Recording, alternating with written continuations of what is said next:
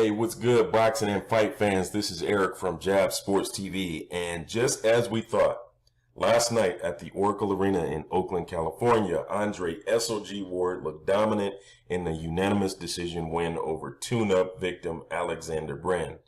He also won the WBO Light Heavyweight Championship in that fight as well. Now, while Ward didn't get the stoppage he was looking for, he still won the fight in a solid way by winning all 12 rounds convincingly, looking as sharp as ever and punching efficiently as he always does, delivering crisp left hooks, countering with the left hook, and left straights to the body in his southpaw stance. Now, Andre Ward's punch percentages were, for jabs, it was right around about 26%, I believe, something like that. And for his power punches, it was right up near about 37 to 39%. And I mean, that's pretty good, especially for jabs. You know, that's a good percentage. And, you know, the reason why his percentages weren't higher, a lot higher, is because Brand is an awkward fighter. He moves around a lot, and his whole style is just unorthodox. So it's really hard to get off many punches or combinations in a row on a fighter that's that wily and moves around so much. So I mean, even still, you know, his punch percentages were good, considering the situation. But I'll give it to the underdog, Alexander Brand. You know, for a guy that only got $30,000 compared to Andre Ward's $850,000 purse, it appears he gave it his all. He took everything that Ward threw at him and was never really in much trouble throughout the fight. But he did get hit with a few solid punches from Ward from the first round up. And almost in every round, he was getting caught with that vicious left hook of Andre Ward's. And I mean, even though it didn't cause much damage to Alexander Brand, those were solid punches. And Ward actually even opened up a cut over Alexander Brand's right eye eventually. Now, I'm sure fans wanted to see the once super middleweight turned light heavyweight Alexander Brand get knocked out by Ward, but fans have to realize that Brand is a veteran.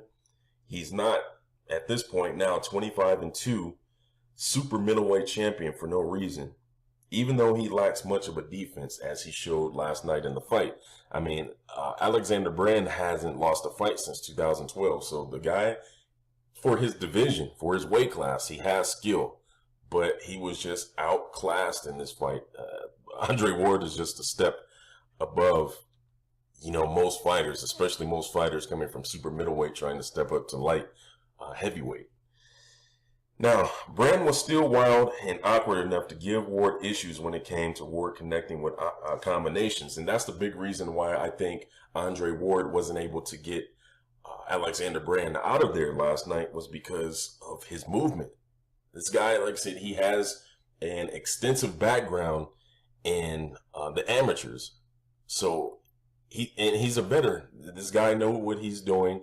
He knows the situation, and he stayed mobile. He stayed moving, delivering awkward movements, which made it very difficult for Andre Ward to get combinations off on him. But, you know, on the other hand, I still think, you know, Ward, if he really wanted to, he could have got Alexander Brand out of there. But I think Ward was being careful not to get caught up in going for the stoppage and possibly risk getting accidentally cut or headbutted by Brand's awkward movements.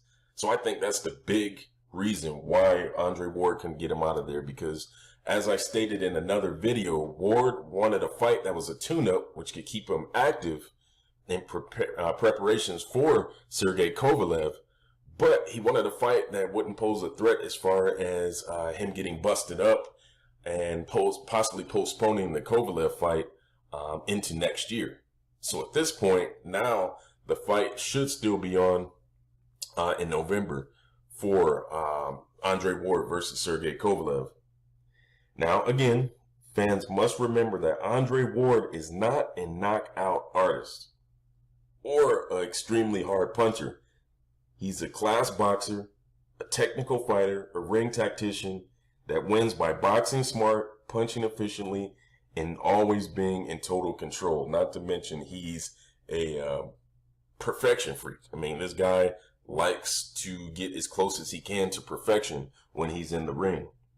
Now, Virgil Hunter also, which is actually Andre Ward's trainer, he even had to remind Andre Ward of that fact between the rounds, actually telling Ward not to get caught up in what other people think or say about him, because Virgil knows that people were expecting Andre Ward to knock out Brand, in which he didn't. He got the unanimous decision win over Alexander Brand, but this is the most Ward has even fought in 4 years. I mean, right now it's going to be 3 fights in 1 year compared to only fighting 3 times between the years 2012 and 2015. So he's being a lot more active than usual. So, of course, that tendency may be for him to get a guy out of there like Alexander Brand. You know, that'll come. That'll come with more time because, you know, Ward is on the second part of his career. And this is the legacy portion of his career where he actually cements his name in, you know, the legends, amongst the legends in the sport of boxing. So anyways, it looks like this fight is the fight is actually set between Sergey Kovalev and Andre Ward for November 19th, 2016, which will more than likely be held in Las Vegas. Now, Ward says he is prepared for the fight with Kovalev and that this type of fight is the kind of fight he's been training for over 22 years. So he definitely feels he's ready. And I see this fight is going to be one of the biggest fight cards in 2016. I mean, it'll be interesting to see how Ward handled Kovalev's power. And I know Kovalev actually had trouble up against Isaac Chilumba, which is another fighter that, you know, he's an awkward fighter. He throws awkward punches at weird, awkward angles. And that gave Sergey Kovalev difficulty in that fight. But Ward is not an awkward fighter. He's an amazing, great technical ring tactician. So it's interesting to see how that plays out. You know, Sergey Kovalev has issues with fighters that gives him weird angles and who fights awkward. But Andre Ward is not an awkward fighter. So it'll be interesting to see how that plays out. Will that be in Sergey Kovalev's favor because Andre Ward is more predictable with his boxing style? Who knows?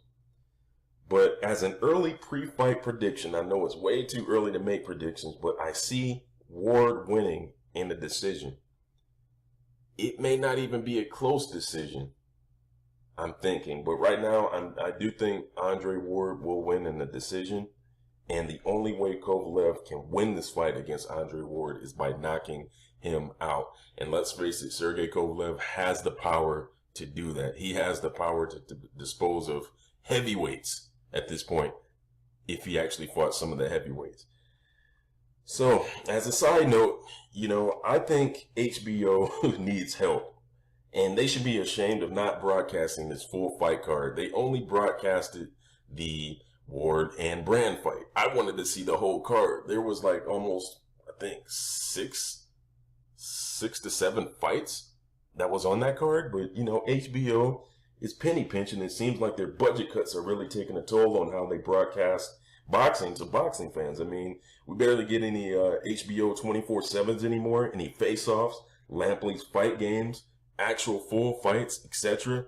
So, you know, it's just HBO sucks. And then they wonder why everyone tunes in to Showtime's fights in PBC boxing is because you get the whole cards, you get the all accesses, you get all that stuff, man. So, you know, that's just one gripe I have against HBO. But, you know, still the Ward and Brand fight, it was entertaining to me still just to see how Andre Ward is progressing as he makes his comeback from having such a long layoff.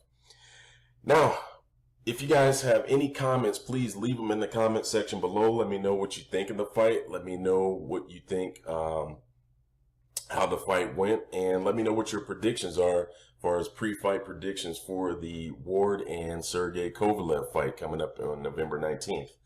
But if you like this video and you like getting the latest boxing news in the fight game as well as the world of boxing, please subscribe to the channel, Jab Sports TV.